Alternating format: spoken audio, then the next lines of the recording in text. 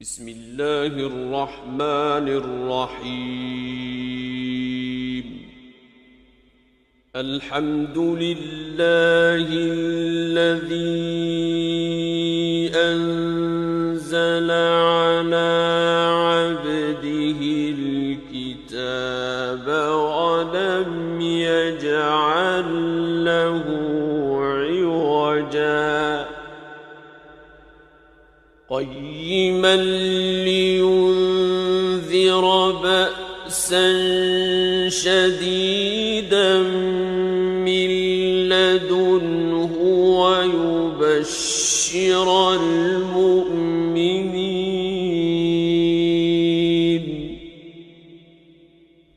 ويبشر المؤمنين الذين يعملون الصالحات أن لهم أجرا حسنا ماكثين فيه أبدا وينذر الذين قالوا اتخذ الله ولدا ما لهم به من علم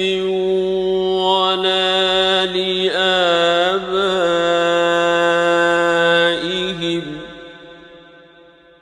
كبرت كلمة تخرج من أفواههم إن يقولون إلا كذبا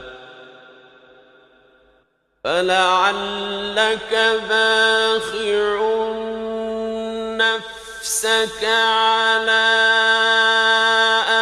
آثارهم إن لم يؤمنوا بهذا الحديث أسفا إنا جعلنا ما على الأرض زينة لها لنبلوهم أيهم أحسن عملا وإنا لجاعلون ما عليها صعيدا جرزا أم حسبت أن أصحاب الكهف والرقيم كانوا من آياتنا عجبا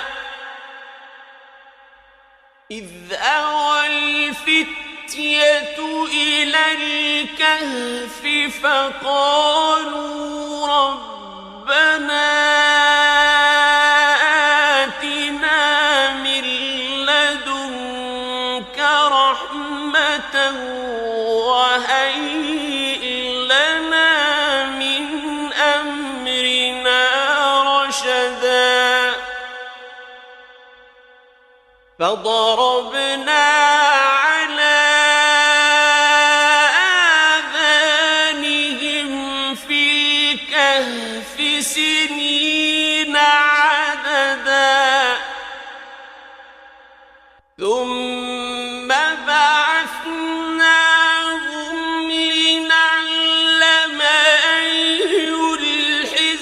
الحزبين أحصى لما لبثوا أمدا نحن نقص عليك نبأهم بالحق إنهم فتية آمنوا بربهم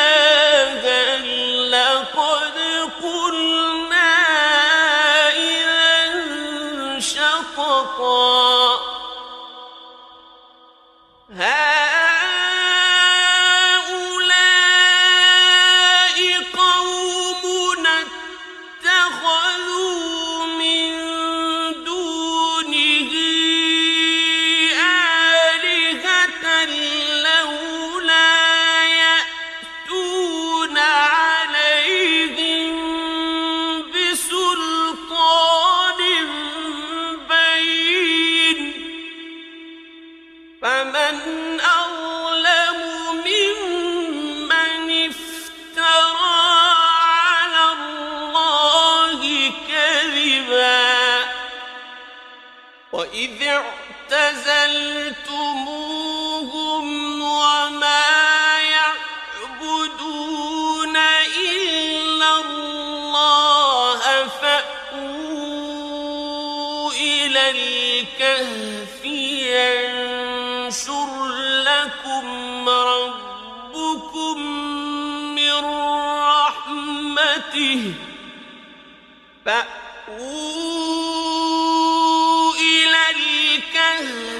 ينشر لكم ربكم من رحمته ويهيئ لكم من أمركم مرفقا وترى الشمس إذا طلعت تزاور عن كهفهم ذات اليمين وإذا غربت تقرضهم ذات الشمال وهم في فجوة منه ذلك من آيات الله من يهد الله فهو المهتد ومن يضلل فلن تجد له وليا مرشدا وتحسبهم أيقاظا وهم رقود ونقلبهم ذات اليمين وذات الشمال وكلبهم باسط ذراعيه بالوصيد لو اطلعت عليهم لوليت منهم فرارا ولملئت منهم رعبا وكذلك بعثناهم ليتساءلوا بينهم قال قائل منهم كم لبثتم قالوا لبثنا يوما أو بعض يوم قالوا ربكم أعلم بما لبثتم فابعثوا أحدكم بورقكم هذه إلى المدينة فلينظر أيها أزكى طعاما فلينظر أيها أزكى طعاما فليأتكم برزق منه وليتلطف ولا يشعرن بكم أحدا إنهم إن يظهروا عليكم يرجموكم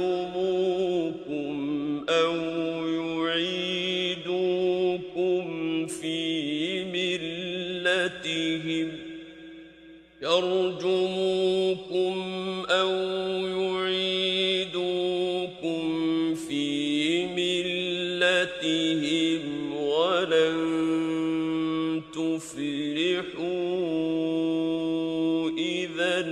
أبدا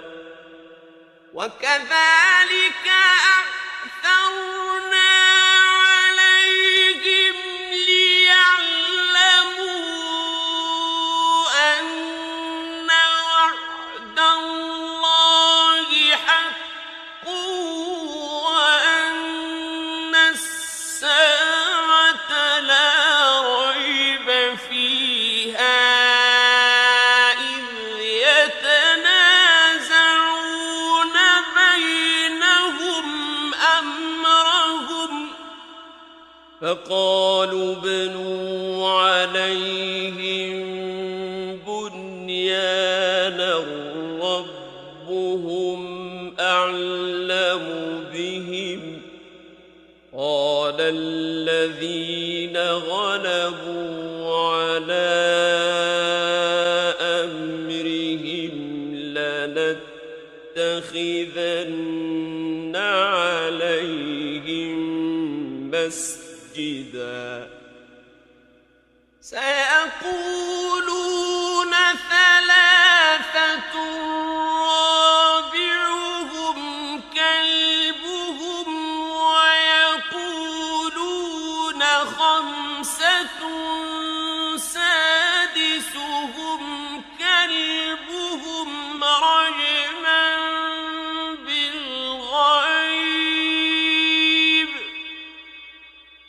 رجما بالغيب ويقولون سبعة وثامنهم كلبهم قل ربي أعلم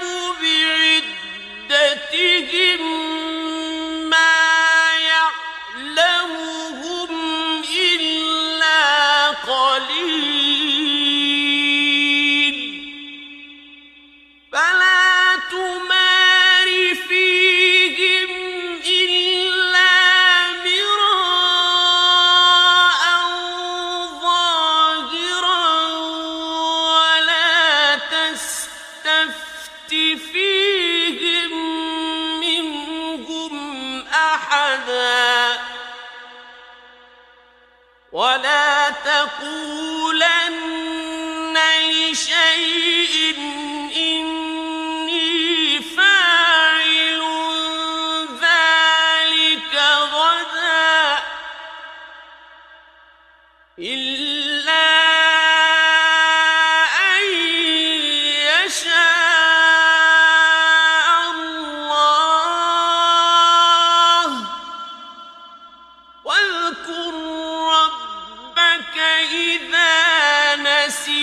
نسيت وقل عسى أن يهديني ربي لأقرب من هذا رشدا ولبثوا في كهفهم 300 سنين وازدادوا 9 قل الله أعلم بما لبثوا له غيب السماوات والأرض أبصر به وأسمع ما لهم من دونه من ولي ولا يشرك في حكمه أحدا واتل ما أوحي إليك من كتاب ربك لا مبدل لكلماته ولن تجد من دونه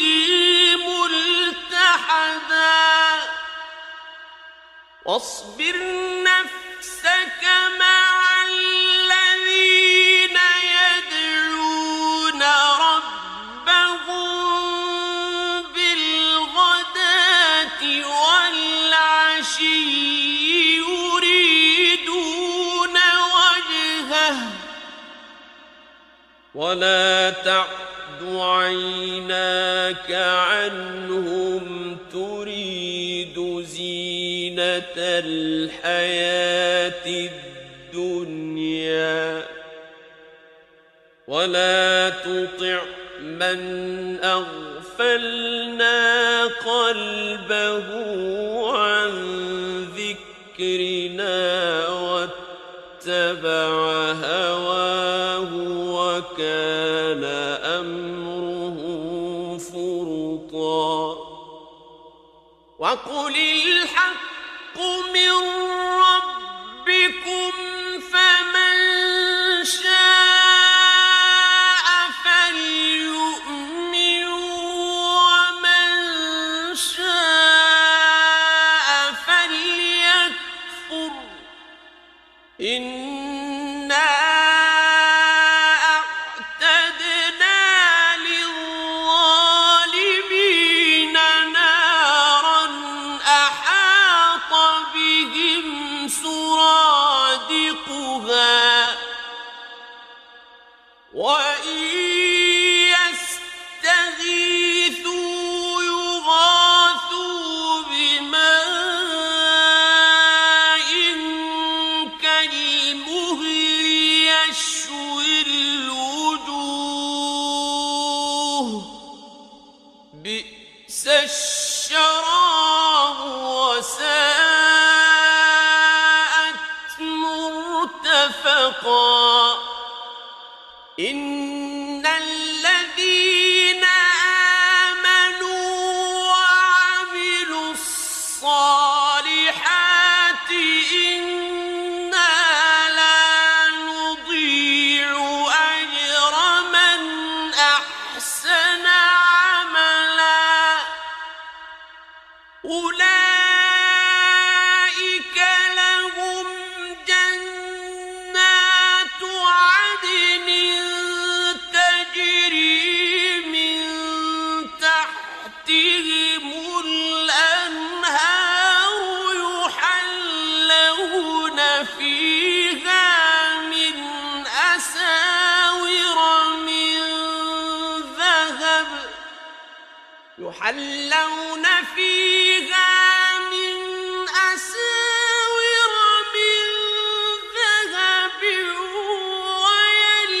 ويلبسون ثيابا خضرا من سندس واستبرق ويلبسون ثيابا خضرا من سندس واستبرق متكئين فيها على الأرائك نعم الثواب وحسنت مرتفقا واضرب لهم مثلا رجلين جعلنا لأحدهما جنتين من أعناب وحففناهما بنخل وجعلنا بينهما زرعا كلتا الجنتين آتت أكلها ولم تظلم منه شيئا وفجرنا خلالهما نهرا وكان له ثمر فقال لصاحبه وهو يحاوره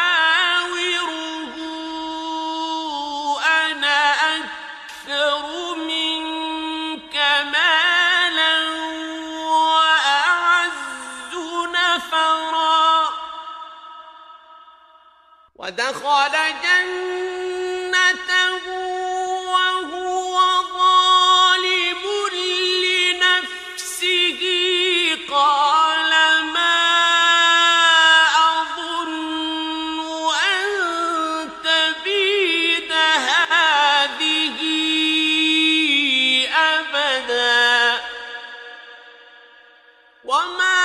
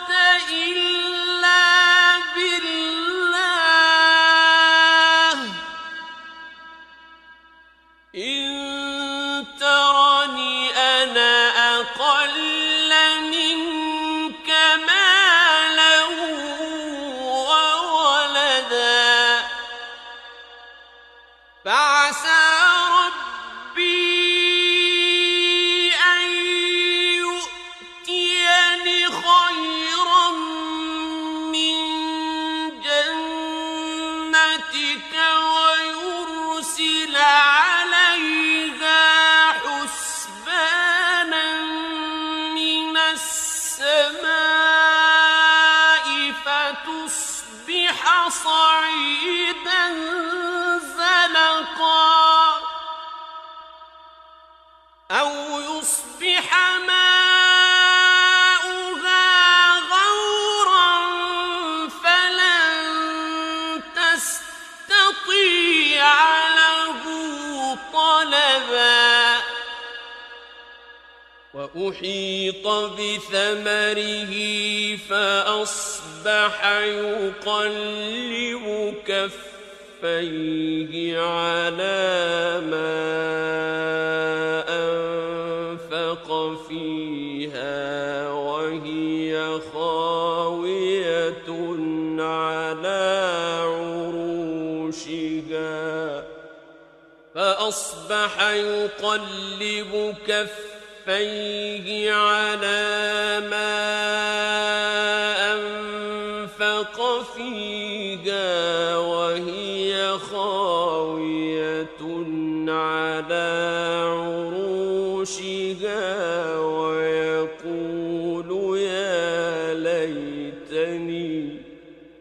ويقول يا ليتني لم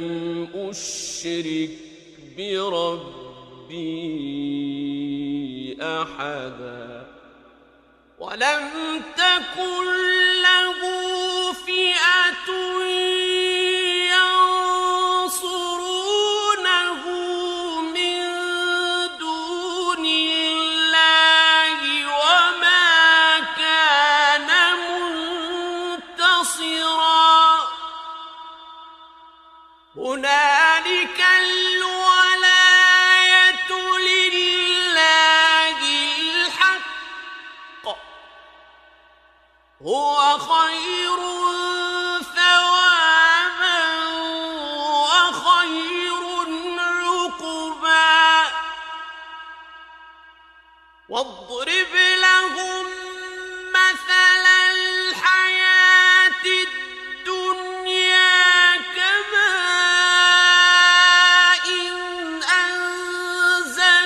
أنزلناه من السماء فاختلط به نبات الأرض فأصبح هشيما تذروه الرياح وكان الله على كل شيء مقتدرا المال والبنون زينة الحياة الدنيا والباقيات الصالحات خير عند ربك والباقيات الصالحات خير عند ربك ثوابا وخير أملا ويوم نسير الجبال وترى الأرض بارزة وحشرناهم فلم نغادر منهم أحدا وعرضوا على ربك صفا لقد جئتمونا كما خلقناكم أول مرة بل زعمتم أن لن نجعل لكم موعدا ووضع الكتاب فترى المجرمين مشفقين مما فيه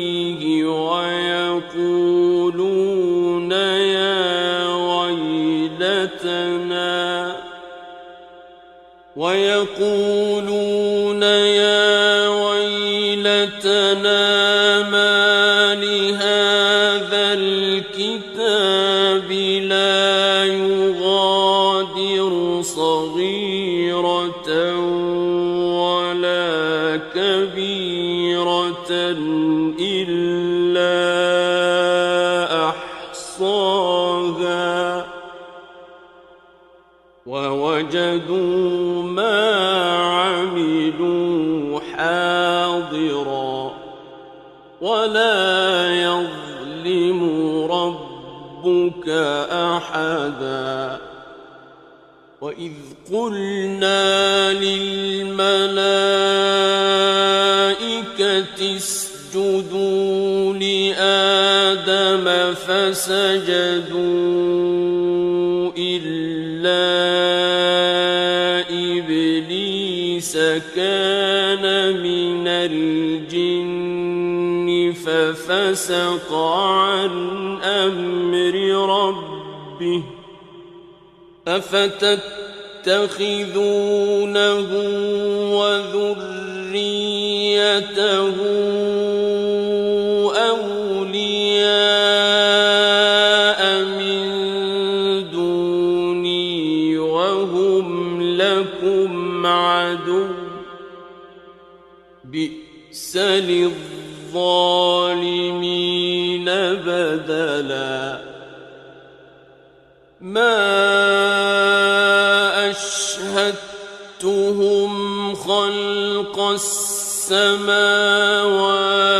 والأرض ولا خلق أنفسهم وما كنت متخذ المضلين عضدا ويوم يقول نادوا شركائي الذين زعمتم فدعوهم فلم يستجيبوا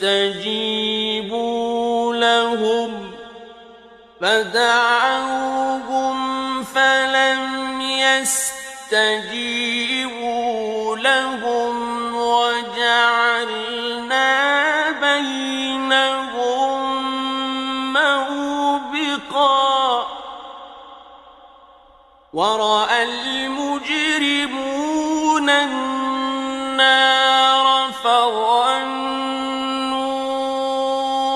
أنهم مواقعوها ولم يجدوا عنها مصرفا ولقد صرفنا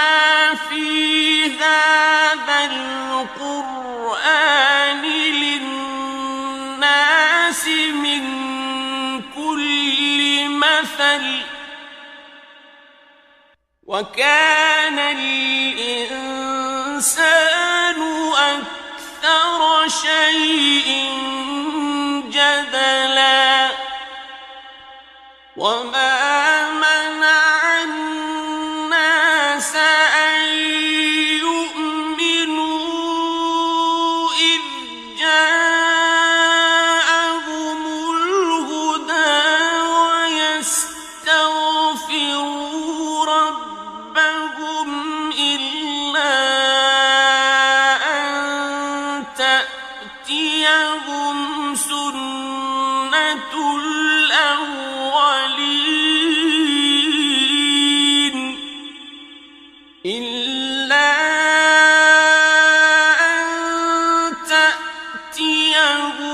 سنة الأولين أو يأتيهم العذاب قبلا وما نرسل المرسلين إلا مبشرين ومنذرين ويجادل الذين كفروا بالباطل ليدحضوا به الحق واتخذوا آياتي وما أنذروا هزوا ومن أظلم ممن ذكر بآيات ربه فأعرض عنها ونسي ما قدمت يداه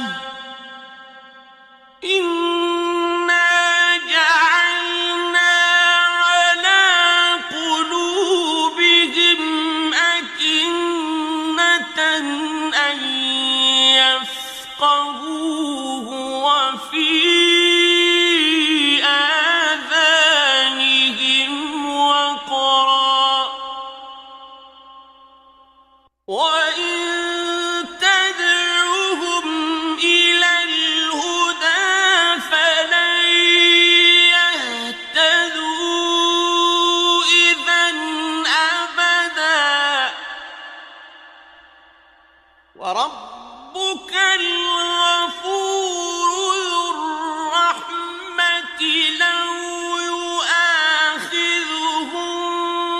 بما كسبوا لعجل لهم العذاب بل لهم موعد لن يجدوا من دونه موئلا وتلك القرى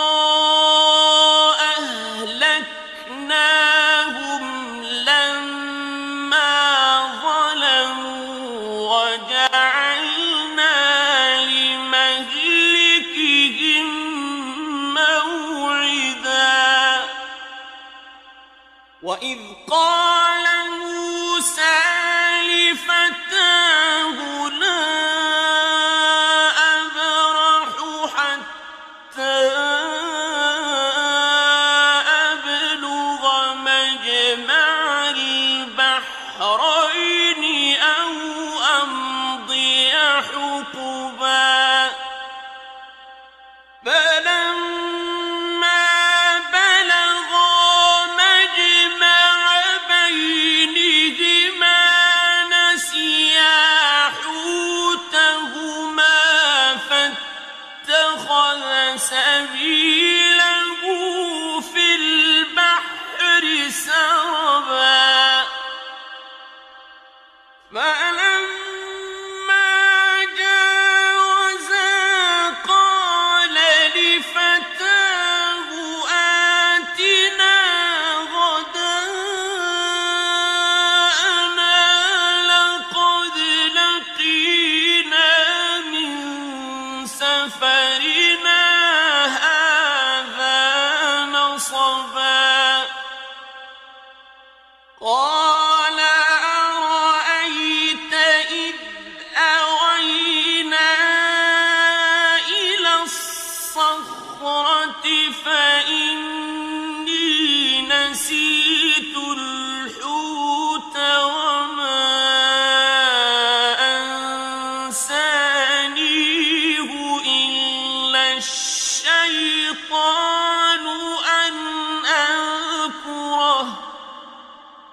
واتخذ سبيله في البحر عجبا قال ذلك ما كنا نبغ فارتدا على آثارهما قصصا فوجدا عبدا من عبادنا آتيناه رحمة من عندنا وعلمناه من لدنا علما قال له موسى هل أتبعك على أن تعلمني مما علمت رشدا قال إنك لن تستطيع معي صبرا وكيف تصبر على ما لم تحط به خبرا قال ستجدني إن شاء الله صابرا ولا أعصي لك أمرا قال فإن اتبعتني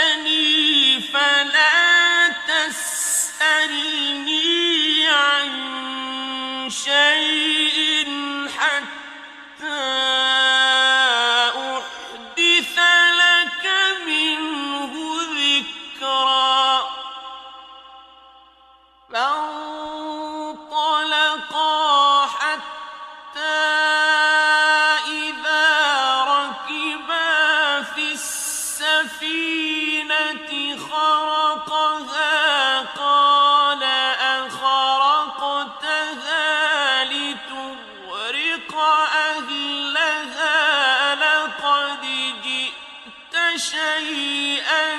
إمرا قال ألم أقل إنك لن تستطيع معي صبرا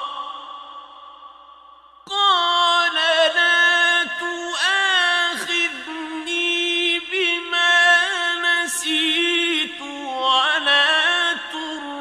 ترهقني من أمري عسرا فانطلقا حتى إذا لقيا غلاما فقتله قال أقتلت نفسا زكية بغير نفس لقد جئت شيئا نكرا قال ألم أقل لك إنك لن تستطيع معي صبرا قال إن سألتك عن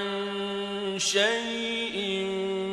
بعدها فلا تصاحبني قد بلغت من لدني عذرا فانطلقا حتى إذا أتيا أهل قرية استطعما أهلها فأبوا أن يضيفوهما فوجدا فيها جدارا يريد أن ينقض فأقامه قال لو شئت لاتخذت عليه أجرا قال هذا فراق بيني وبينك سأنبئك بتأويل ما لم تستطع عليه صبرا أما السفينة فكانت لمساكين يعملون في البحر فأردت أن أعيبها وكان وراءهم ملك يأخذ كل سفينة غصبا وأما الغلام فكان أبواه مؤمنين فخشينا أن يرهقهما طغيانا وكفرا فأردنا أن يبدلهما ربهما خيرا منه زكاة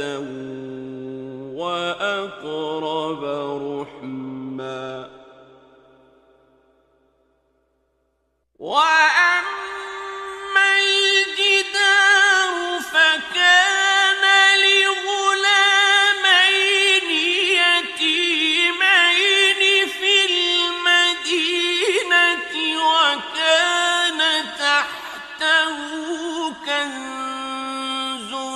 لهما وكان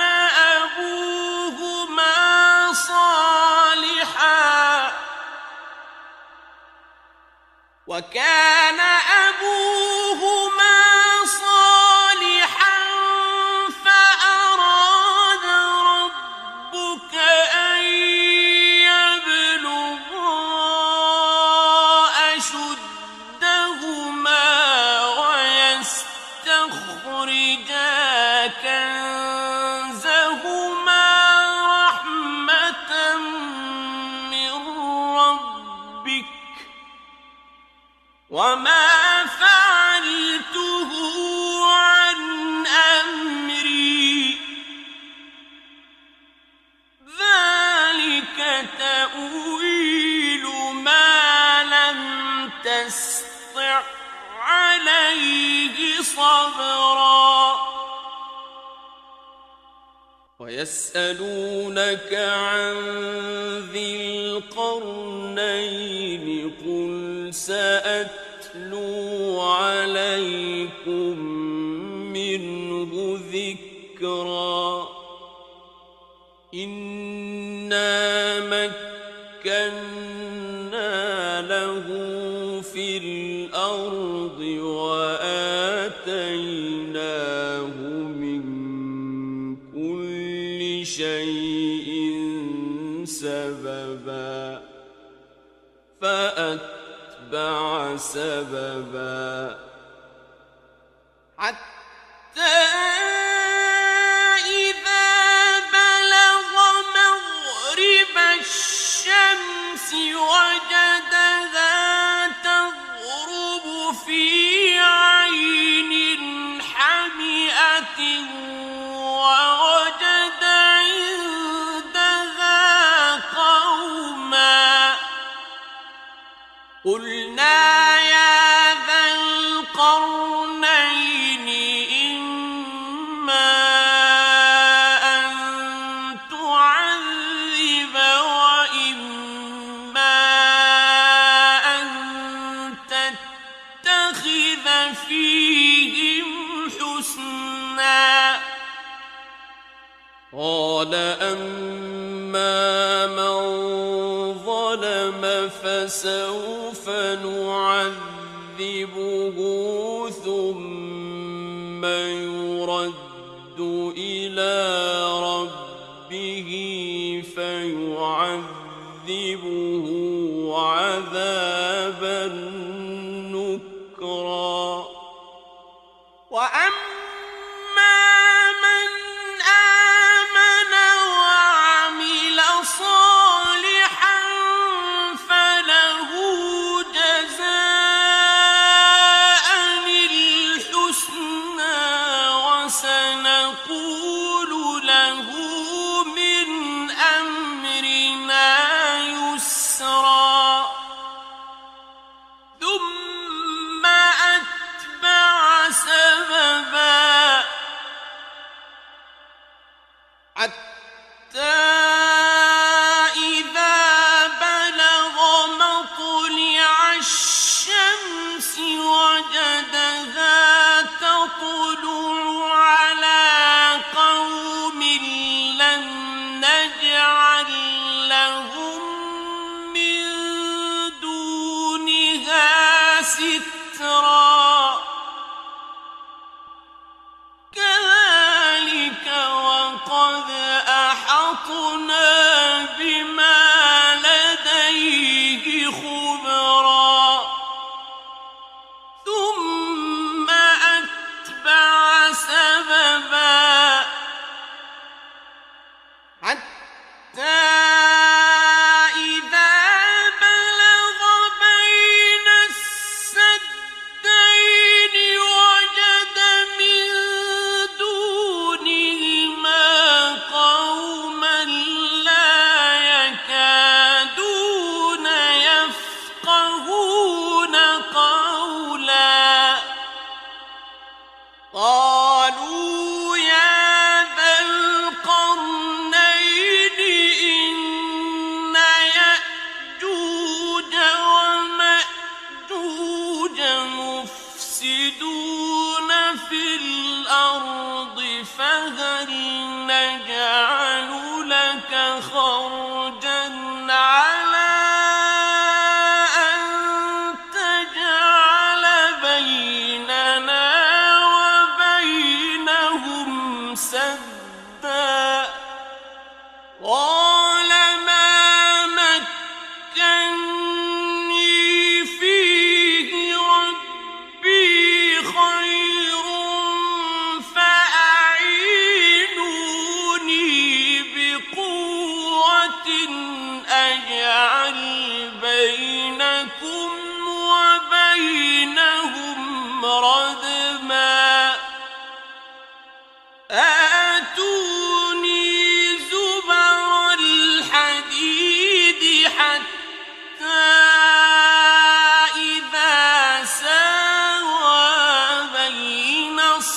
الصدفين قال انفخوا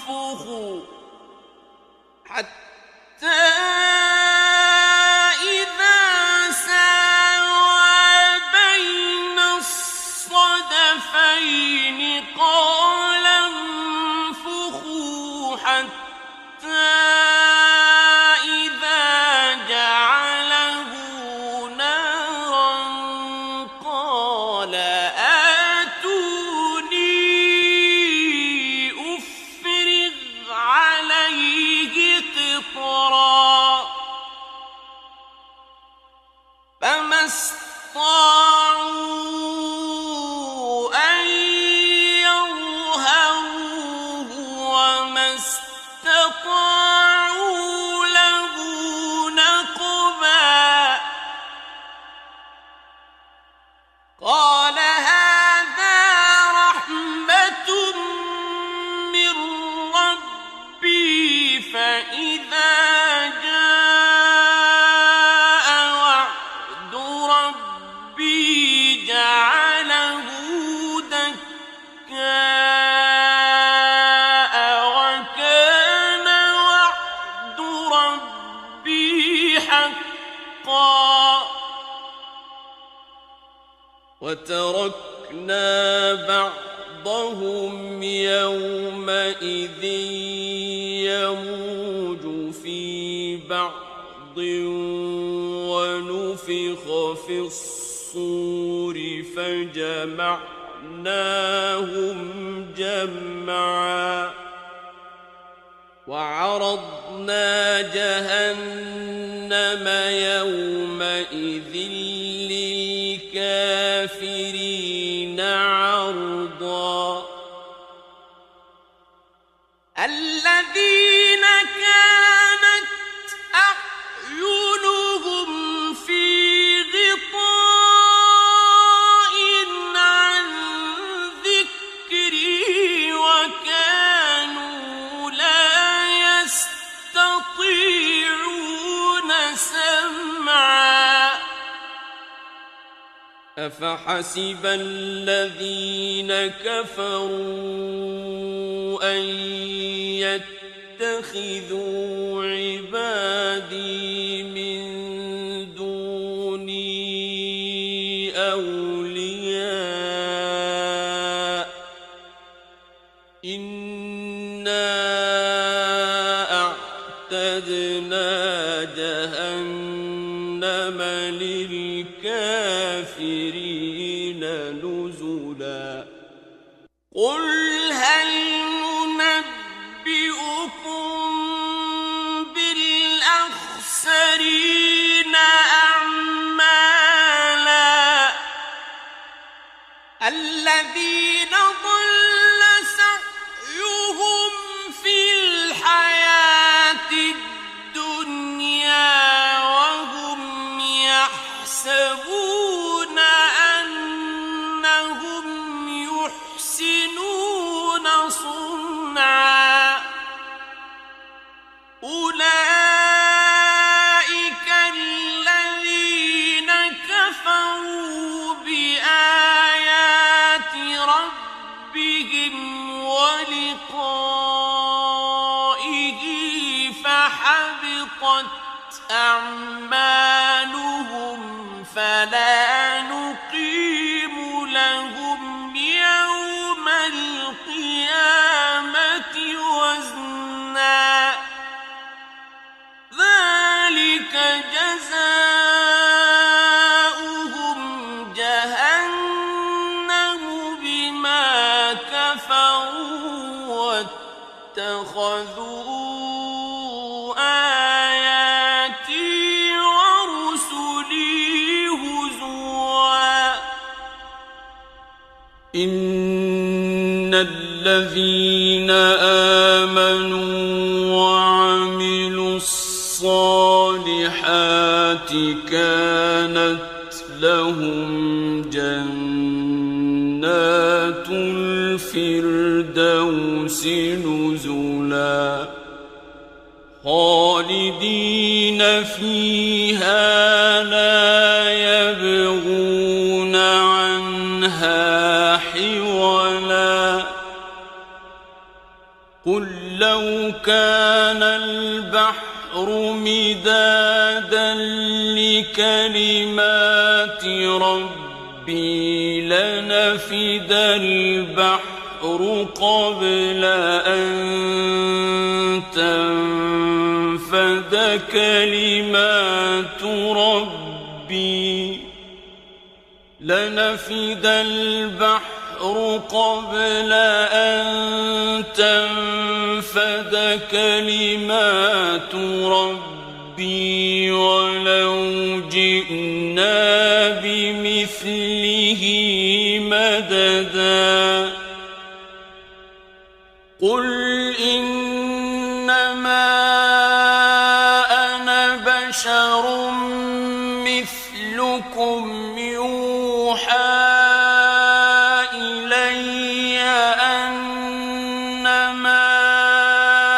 إلهكم إله واحد فمن كان يرجو لقاء ربه فليعمل عملا صالحا ولا يشرك بعبادة ربه أحدا. بسم الله الرحمن الرحيم الحمد لله الذي أنزل على عبده الكتاب ولم يجعل له عوجا قيما لينذر بأسا شديدا من لدنه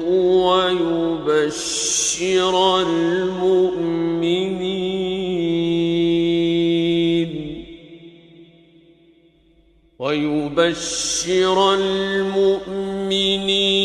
الذين يعملون الصالحات أن لهم أجرا حسنا ماكثين فيه أبدا وينذر الذين قالوا اتخذ الله ولدا ما لهم به من علم ولا لآبائهم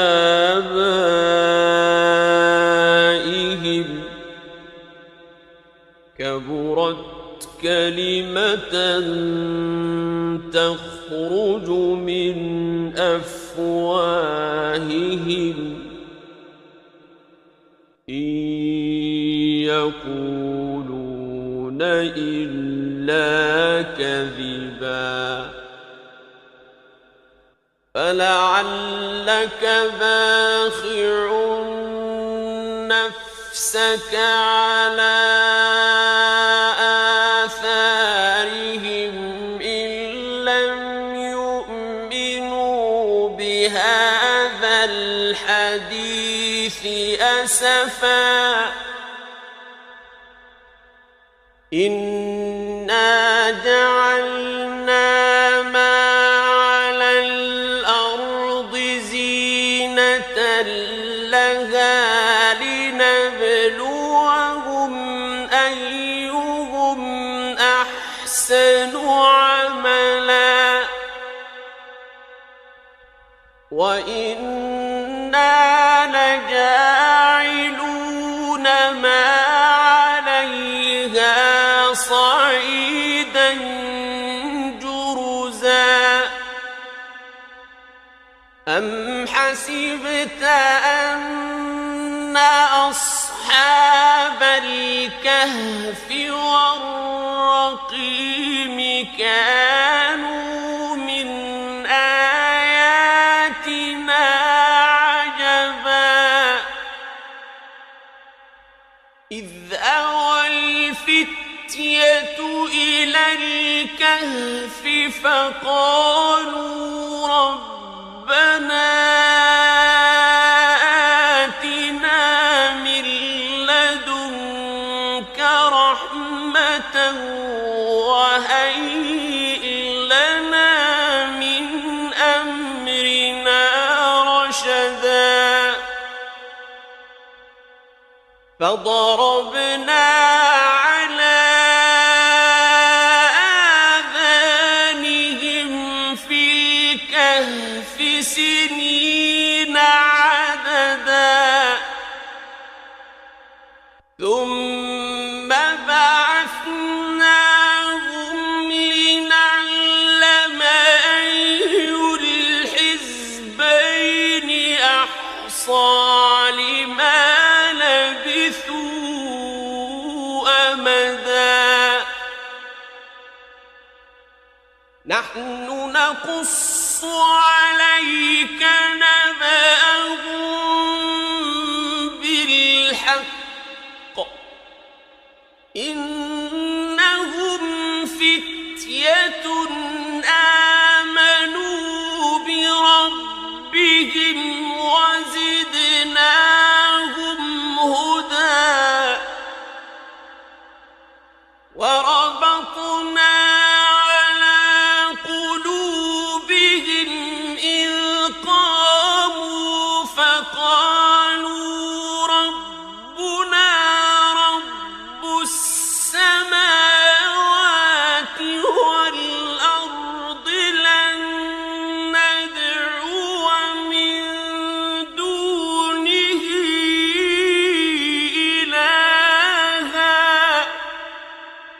لن ندعو من دونه إلها لقد قلنا إذا شططا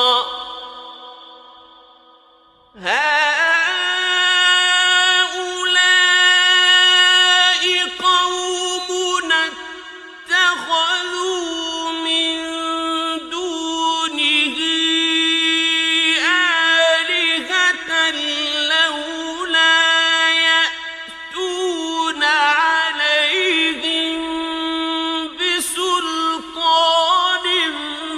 بين فمن أظلم ممن افترى على الله كذبا وإذ اعتزلتموهم وما يعبدون إلا الله فأووا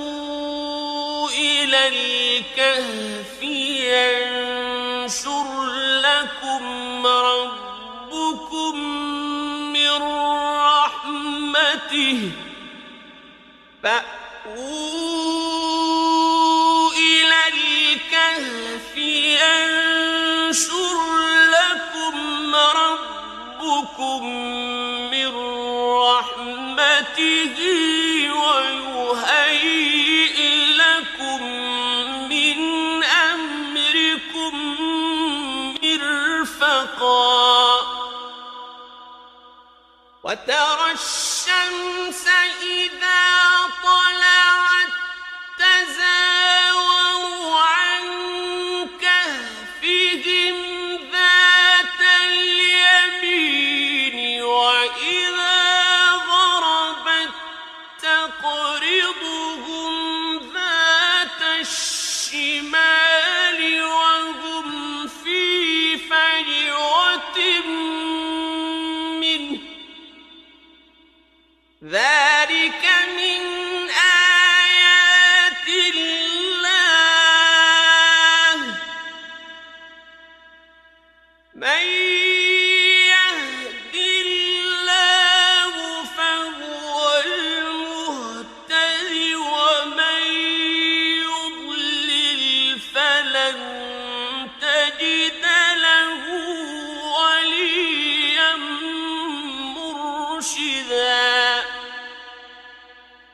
وتحسبهم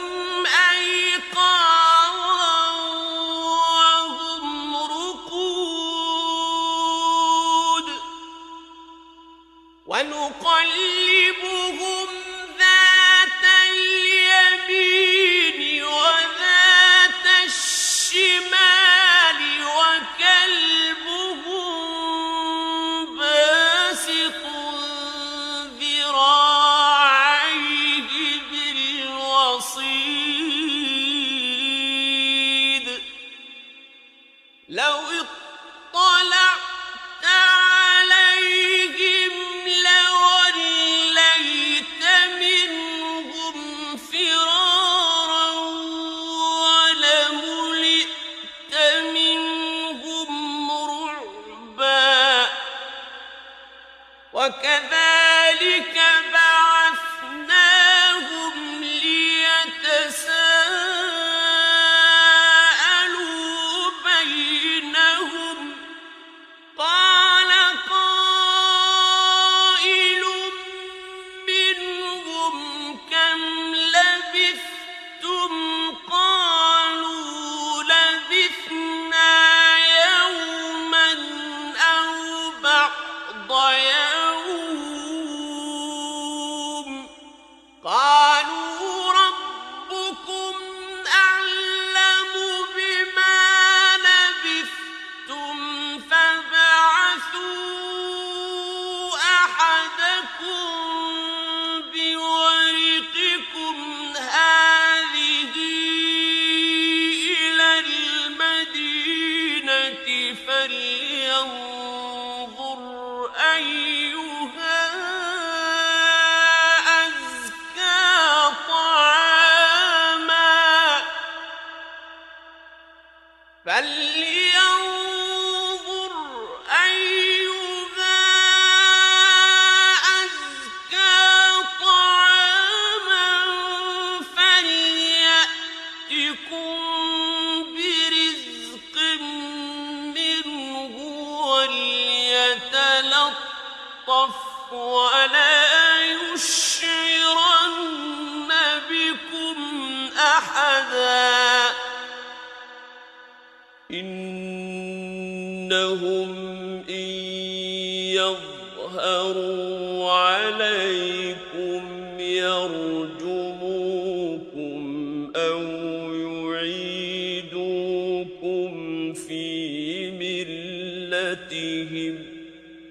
يرجموكم أو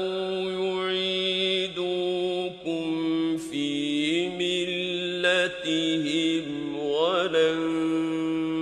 تفلحوا إذا أبدا وكذلك أعثرنا عليهم ليعلموا أن وعد الله حق وأن الساعة لا ريب فيها إذ يتنازعون بينهم أمرهم فقالوا ابنوا عليهم بنيانا ربهم أعلم بهم قال الذين غلبوا على أمرهم لنتخذن عليهم مسجدا سيقولون ثلاثة رابعهم كلبهم ويقولون خمسة سادسهم كلبهم رجما بالغيب رجما بالغيب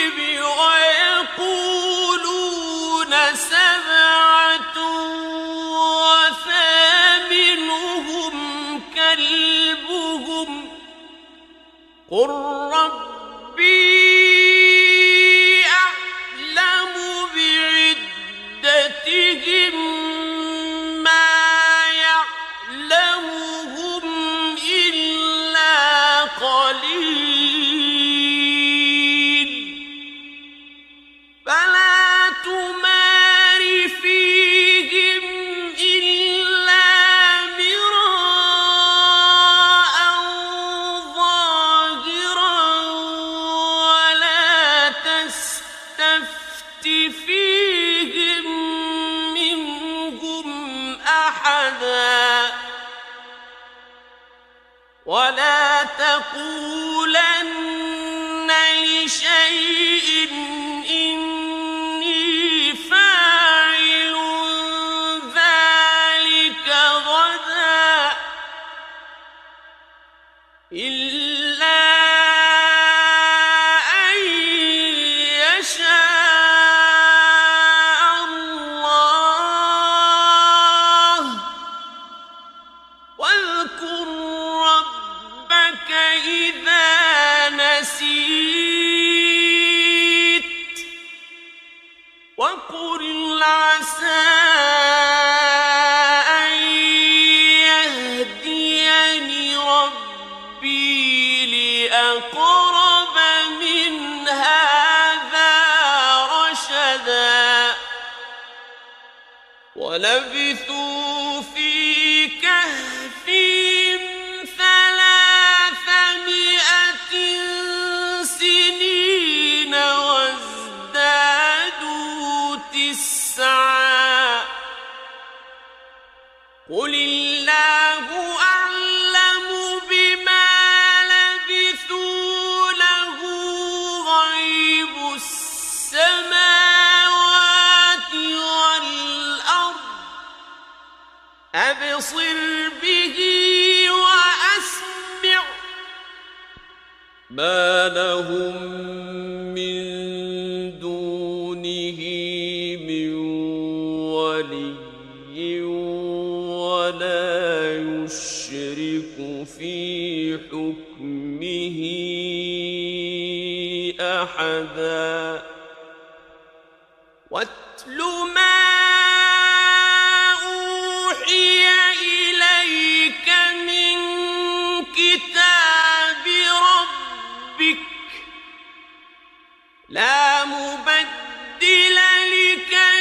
لكلماته ولن تجد من دونه ملتحدا واصبر نفسك مع الذين يدعون ربهم بالغداة والعشي يريدون وجهه ولا تعد عيناك عنهم تريد زينة الحياة الدنيا ولا تطع من أغفلنا قلبه عن ذكرنا واتبع هواه وكان أمره فرطا وقل الحق من ربكم فمن شاء فليؤمن ومن شاء فليكفر إنا أعتدنا للظالمين نارا أحاط بهم سرادقها وإن يستغيثوا يغاثوا بماء كالمهل يشوي الوجوه بئس الشراب وساءت مرتفقا مرتفقا إن الذين آمنوا وعملوا الصالحات إنا لا نضيع أجر من أحسن عملا أولئك لهم جنات عدن تجري من تحتهم الأنهار يحلون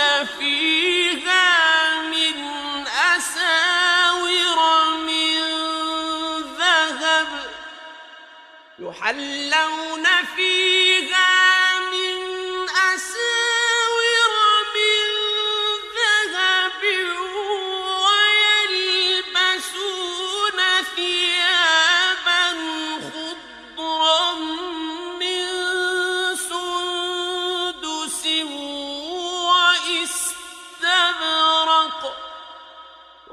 ويلبسون ثيابا خضرا من سندس واستبرق متكئين فيها على الأرائك نعم الثواب وحسنت مرتفقا واضرب لهم مثلا رجلين جعلنا لأحدهما جنتين من أعناب وحففناهما بنخل وجعلنا بينهما زرعا كلتا الجنتين آتت أكلها ولم تظلم منه شيئا وفجرنا خلالهما نهرا وكان له ثمر فقال لصاحبه وهو يحاوره أنا أكثر منك مالا وأعز نفرا ودخل جنته وهو ظالم لنفسه قال ما أظن أن تبيد هذه أبدا وما أظن الساعة قائمة ولئن رددت إلى ربي لأجدن خيرا منها منقلبا قال له صاحبه وهو يحاوره أكفرت بالذي خلقك من تراب ثم من نطفة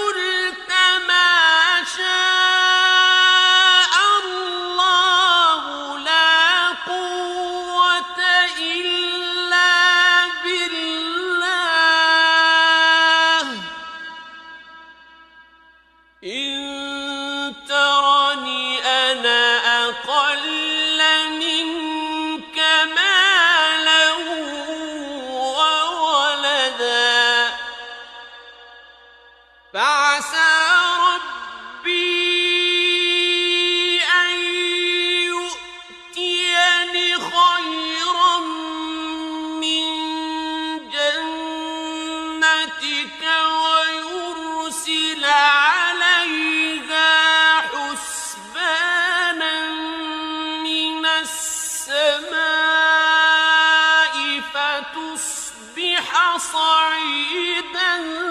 زلقا أو يصبح ماؤها غورا فلن تستطيع له طلبا وأحيط بثمره فأصبح يقلب كفيه على ما أنفق فيها وهي خاوية على عروشها فأصبح يقلب كفيه على ما أنفق فيها وهي خاوية على عروشها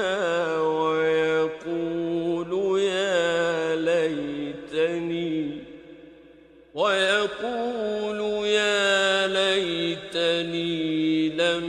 أشرك بربي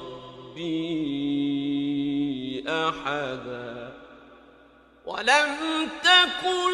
له فئة ينصرونه من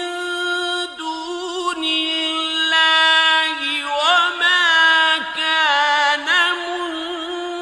منتصرا هنالك الولاية لله الحق هو خير ثوابا وخير عقبا واضرب لهم مثل الحياة الدنيا كماء أنزلناه من السماء فاختلط به نبات الأرض فأصبح هشيما تذروه الرياح وكان الله على كل شيء مقتدرا المال والبنون زينة الحياة الدنيا والباقيات الصالحات خير عند ربك والباقيات الصالحات خير عند ربك ثوابا وخير أملا ويوم نسير الجبال وترى الأرض بارزة وحشرناهم فلم نغادر منهم أحدا وعرضوا على ربك صفا لقد جئتمونا كما خلقناكم أول مرة بل زعمتم أن لن نجعل لكم موعدا ووضع الكتاب فترى المجرمين مشفقين مما فيه ويقولون يا ويقولون يا ويلتنا ما لهذا الكتاب لا يغادر صغيرة ولا كبيرة إلا أحصاها ووجدوا ما عملوا حاضرا ولا يظلم ربك أحدا وإذ قلنا للملائكة اسجدوا لآدم فسجدوا إلا إبليس كان من الجن ففسق عن أمر ربه أفتتخذونه وذريته أولياء من دوني وهم لكم عدو بئس للظالمين بدلا ما أشهدتهم خلق السماوات والأرض ولا خلق أنفسهم وما كنت متخذ المضلين عضدا ويوم يقول نادوا شركائي الذين زعمتم فدعوهم فلم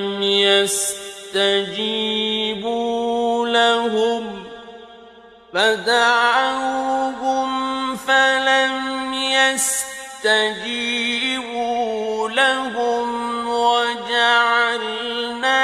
بينهم موبقا ورأى المجرمون النار فظنوا أنهم مواقعوها ولم يجدوا عنها مصرفا ولقد صرفنا في هذا القرآن للناس من كل مثل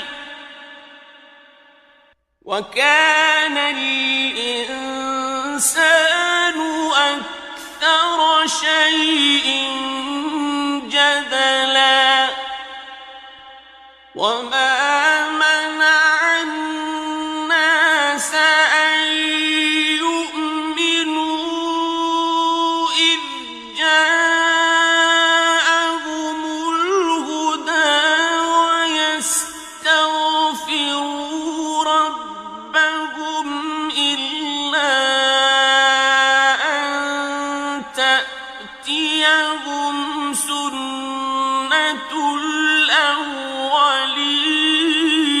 الأولين إلا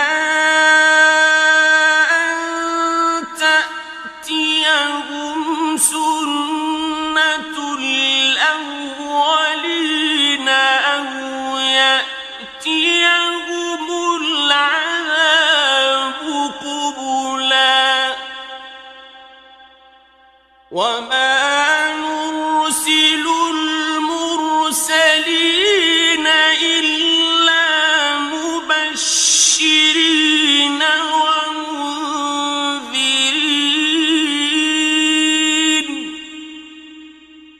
ويجادل الذين كفروا بالباطل ليدحضوا به الحق واتخذوا آياتي وما أنذروا هزوا ومن أظلم ممن ذكر بآيات ربه فأعرض عنها ونسي ما قدمت يداه إنا جعلنا على قلوبهم أكنة أن يفقهوه وفي آذانهم وقرا وإن تدعوهم إلى الهدى فلن يهتدوا إذا أبدا وربك الغفور ذو الرحمة لو يؤاخذهم بما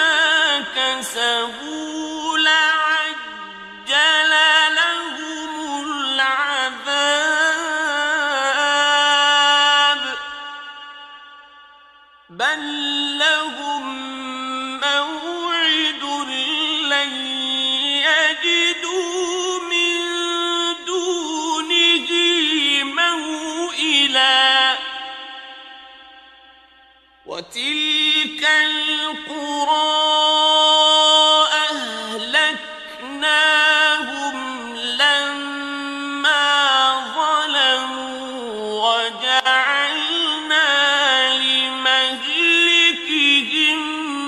موعدا وإذ قال موسى لفتاه لا أبرح حتى أبلغ مجمع البحرين أو أمضي حقبا فلما بلغا مجمع بينهما نسيا حوتهما فاتخذ سبيله في البحر سربا فلما جاوزا قال لفتاه آتنا غداءنا لقد لقينا من سفرنا هذا نصبا قال أرأيت إذ أوينا إلى الصخرة فإني نسيت الحوت وما أنسانيه إلا الشيطان أن أذكره واتخذ سبيله في البحر عجبا قال ذلك ما كنا نبغ فارتدا على آثارهما قصصا فوجدا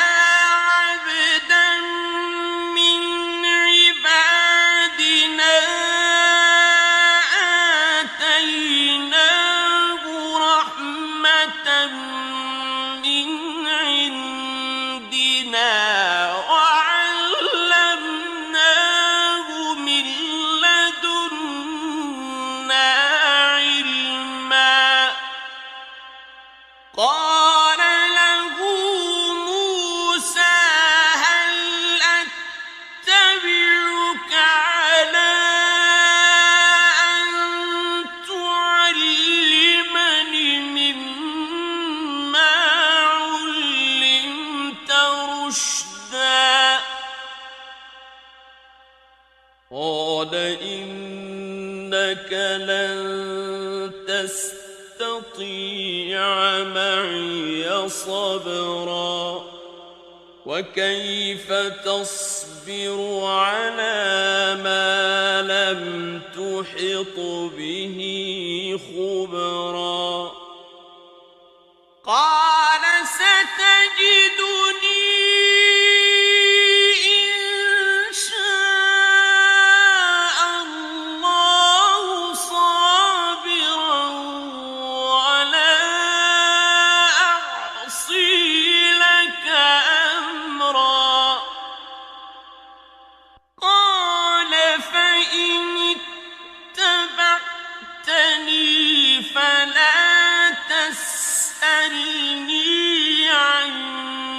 شيء حتى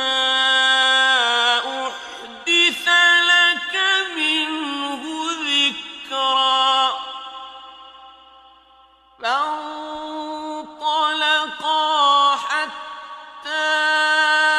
إذا ركبا في السفينة خرقها قال أخرقتها لتغرق أهلها لقد جئت شيئا إمرا قال ألم أقل إنك لن تستطيع معي صبرا قال لا تؤاخذني بما نسيت ولا ترهقني من أمري عسرا فانطلقا حتى إذا لقيا غلاما فقتله قال أقتلت نفسا زكية بغير نفس لقد جئت شيئا نكرا قال ألم أقل لك إنك لن تستطيع معي صبرا قال إن سألتك عن شيء بعدها فلا تصاحبني قد بلغت من لدني عذرا فانطلقا حتى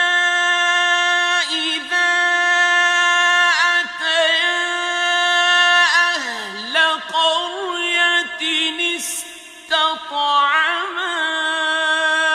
أهلها فأبوا أن يضيفوهما فوجدا فيها جدارا يريد أن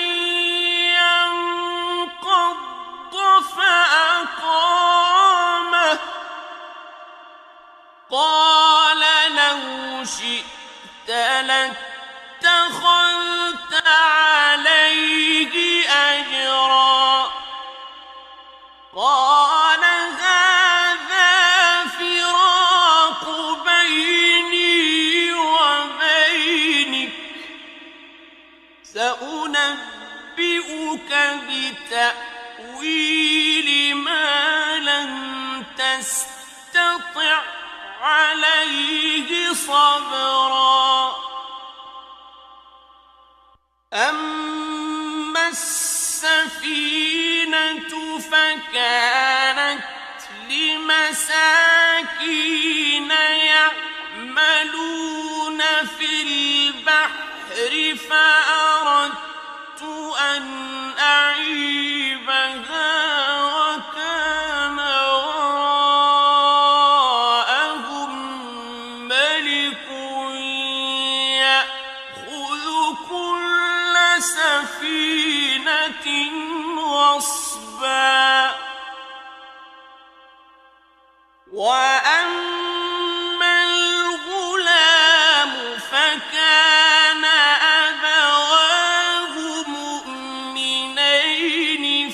خشينا أن يرهقهما طغيانا وكفرا فأردنا أن يبدلهما ربهما خيرا منه زكاة وأقرب رحما وأما الجدار فكان لغلامين يتيمين في المدينة وكان تحته كنز لهما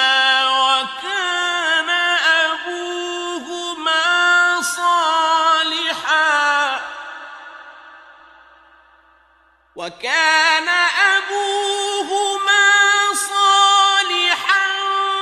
فأراد ربك أن يبلغا أشدهما ويستخرجا كنزهما رحمة من ربك وما فعلته عن أمري ذلك تأويل ما لم تسطع عليه صبرا ويسألونك عن ذي القرنين قل سأتلو عليكم منه ذكرا إنا مكنا له في الأرض وآتيناه من كل شيء سببا فأتبع سببا حتى إذا بلغ مغرب الشمس وجدها تغرب في عين حمئة ووجد عندها قوما قلنا يا ذا القرنين إما أن تعذب وإما أن تتخذ فيهم حسنا قال أما من ظلم فسوف نعذبه ثم يرد إلى ربه فيعذبه عذابا نكرا وأما من آمن وعمل صالحا فله جزاء الحسنى وسنقول له من أمرنا يسرا ثم أتبع سببا حتى إذا بلغ مطلع الشمس وجدها تطلع على قوم لم نجعل لهم من دونها سترا كذلك أحطنا بما لديه خبرا ثم أتبع سببا حتى إذا بلغ بين السدين وجد من دونهما قوما لا يكادون يفقهون قولا قالوا يا ذا القرنين إن يأجوج ومأجوج مفسدون في الأرض فهل نجعل لك خرجا على أن تجعل بيننا وبينهم سدا قال ما مكني فيه ربي خير فأعينوني بقوة أجعل بينكم وبينهم ردما آتوني زبر الحديد حتى إذا ساوى بين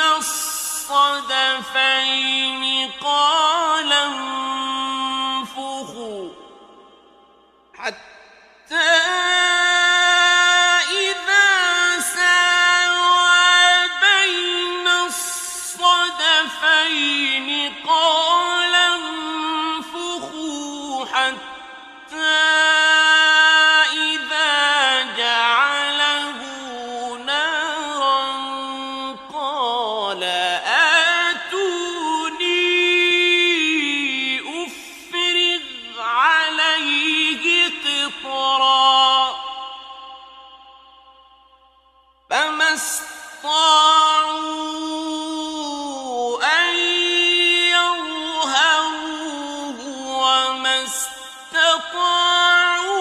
له نقبا قال هذا رحمة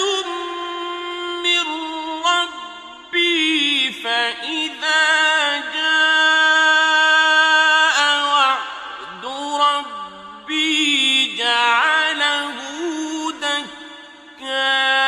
دكاء وكان وعد ربي حقا وتركنا بعضهم يومئذ يموج في بعض ونفخ في الصور فجمعناهم جمعا وعرضنا جهنم يومئذ للكافرين عرضا الذين كانت أعينهم في غطاء عن ذكري وكانوا لا يستطيعون سمعا أفحسب الذين كفروا أن يتخذوا عبادي من دوني أولياء إنا أعتدنا جهنم للكافرين نزلا قل هل ننبئكم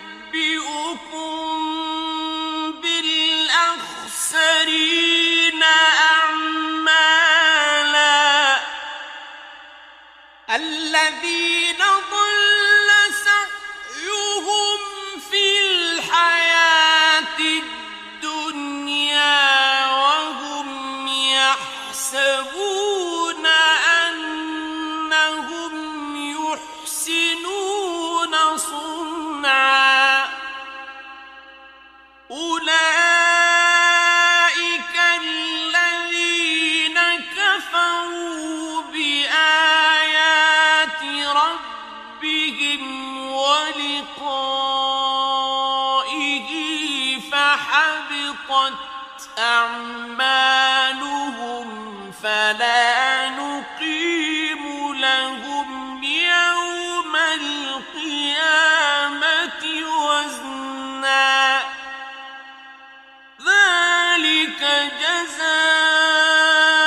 جزاؤهم جهنم بما كفروا واتخذوا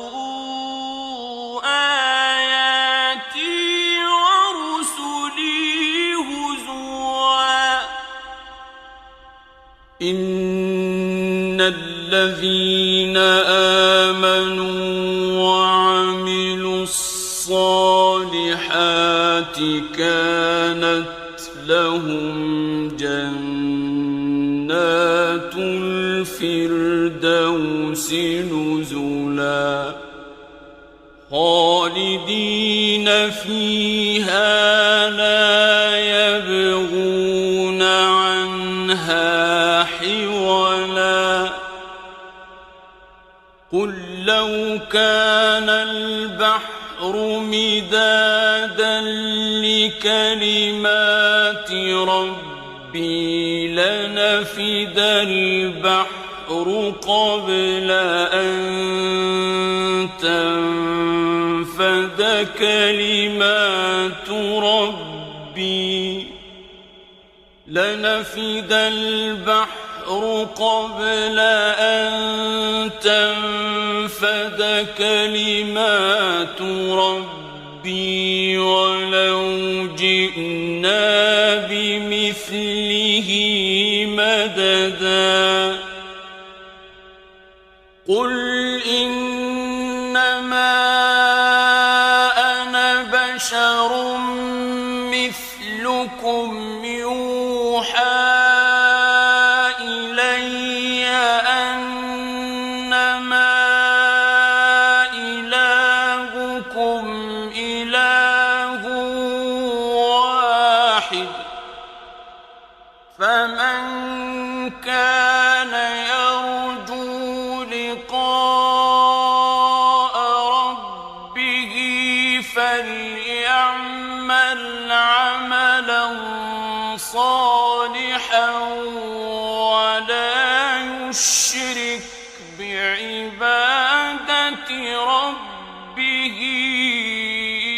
أحدا